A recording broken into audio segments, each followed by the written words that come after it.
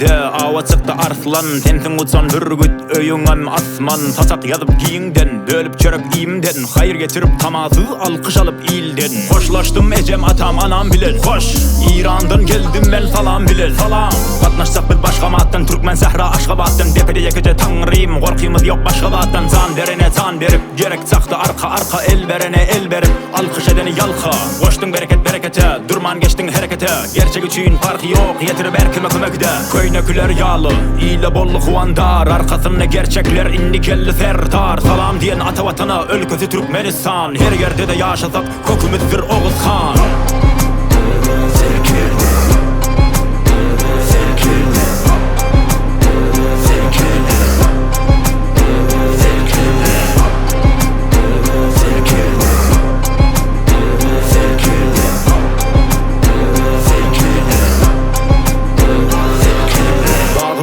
Ziyazı giyin yolu gezi var.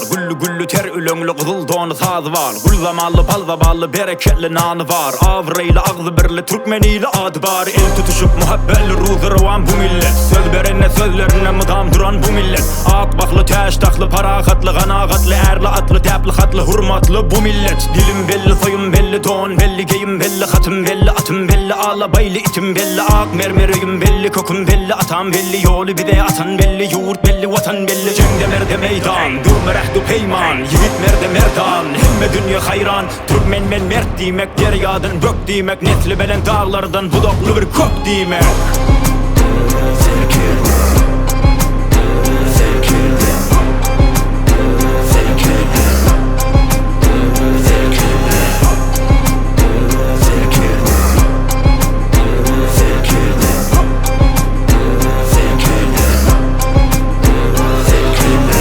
Hatın mehriban, oğlanı batır kahraman. Namus için döktüle kan, yarısı şehit Barsı Khan. Başlık sıktık her bir günden, Tanrı dağdan ergeni günden. Vergili boldura gördüler düşmanı gava üstüne kordular.